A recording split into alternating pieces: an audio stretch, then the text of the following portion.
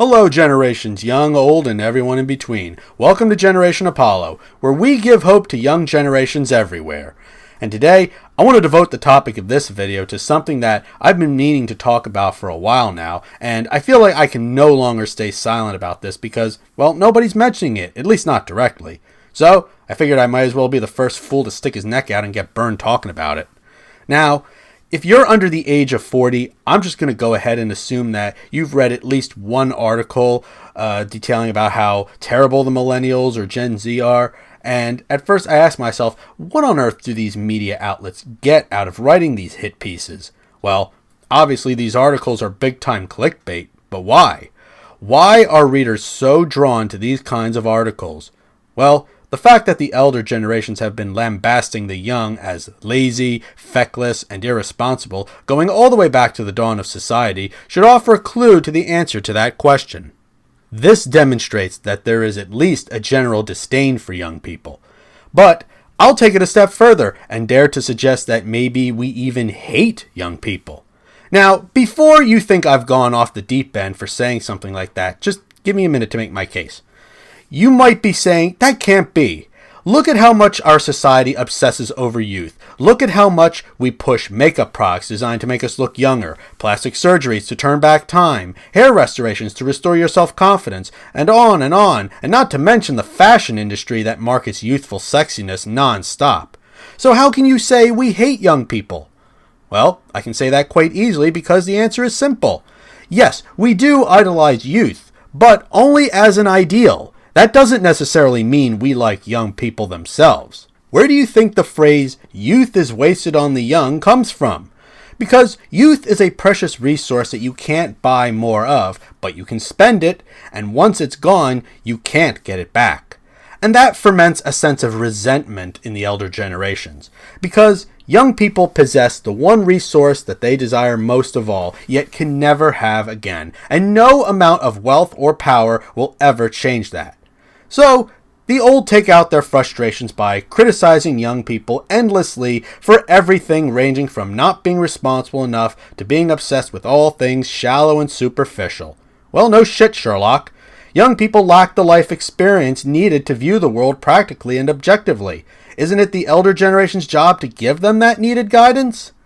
But lately, I've noticed that many, not all, but many, of the older folks seem to view the task of educating young people as an unpleasant chore instead of a noble endeavor.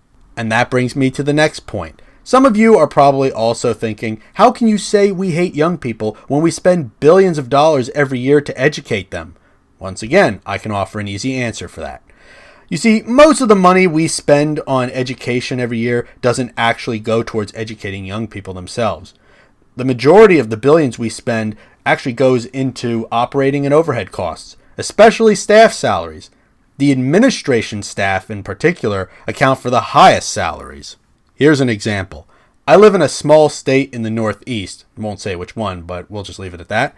And in my state alone, there are 60 school districts, which is way more than what you would expect for a state the size of the one I live in. And each of these districts are run by superintendents, all of whom are paid at least $100K a year. Now, multiply that by 60 districts, and we get a total of $60 million just to pay the salaries for all the superintendents in my state alone. And that's the minimum estimate. That doesn't even include the value of all the cushy benefits that they undoubtedly get with those jobs, so that figure is definitely going to be even higher. But my point is, the ones who never interact directly with the students are the ones who get paid the most. What does that tell you about our education system? Well, it should tell you that the students aren't as high a priority as we are led to believe. And that is reinforced by the fact that many states, mine included, have enshrined tenure for public school teachers, which makes it hard to fire bad or poorly performing teachers once they've been on the job long enough.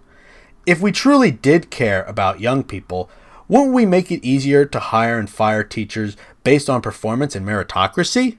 But unfortunately, we don't do that. And while there are many good teachers, we can't deny that there are plenty of bad ones who are only there to collect an easy paycheck. For any teachers listening to this, I'm sure you all know at least one or more of your colleagues who fit that description. And I don't expect that system to change anytime soon, because the teachers' unions will never allow it. Again, using my state as an example, the teachers union here wields enormous political influence. You basically have to be a registered Democrat if you ever want to have any hope of being a teacher in my state. And in a leaked private interview, one of those teacher union leaders was asked about the possibility of reforming the tenure system, and that boss responded by saying, and I quote, "Who pays the union dues, the teachers or the students? Not the students, so who do you think we're going to care about?" But hey, it's all for the children, right? No, it isn't. Now, but does this prove that we hate young people?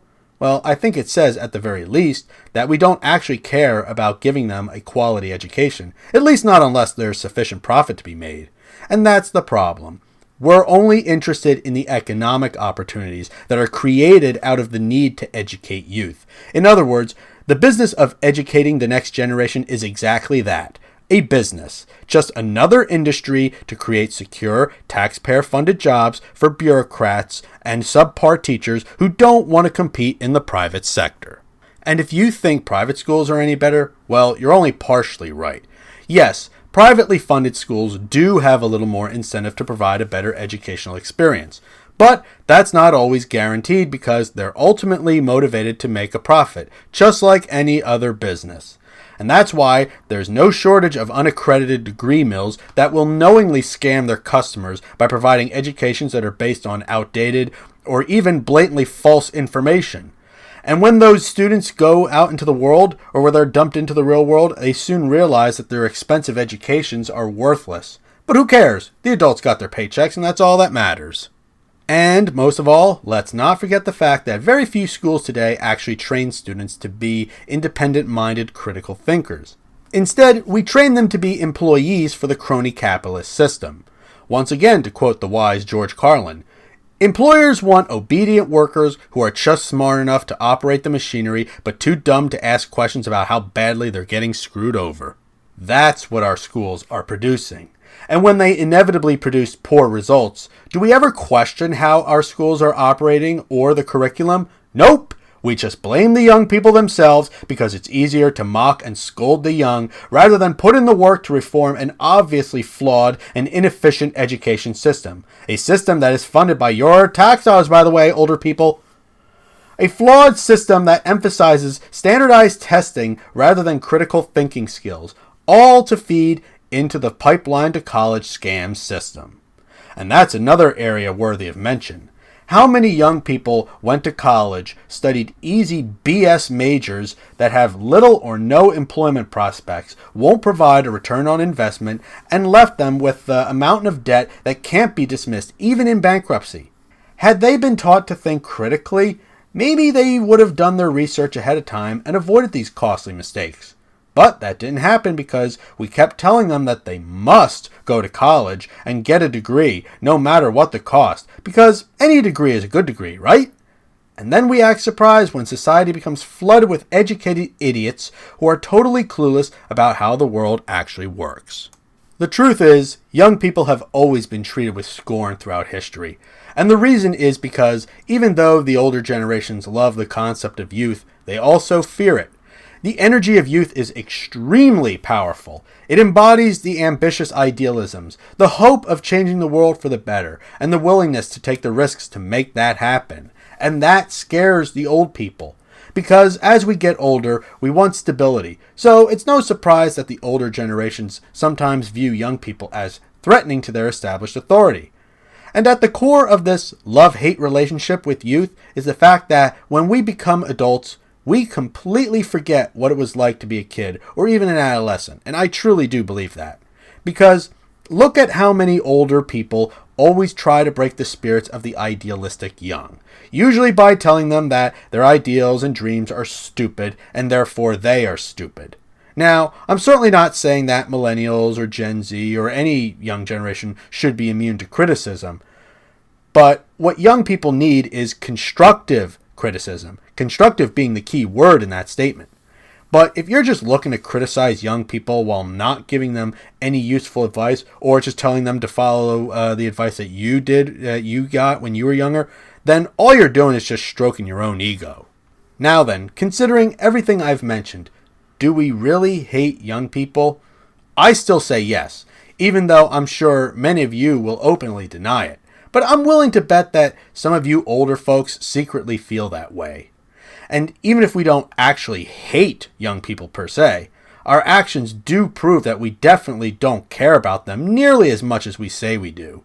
The fact that we allow society to deceive and scam them in the name of profit, the fact that we make it hard to fire bad teachers, the fact that we force good teachers to teach a curriculum written by bureaucrats, and the fact that our education system is designed to produce exploitable workers rather than independent minds capable of critical thinking.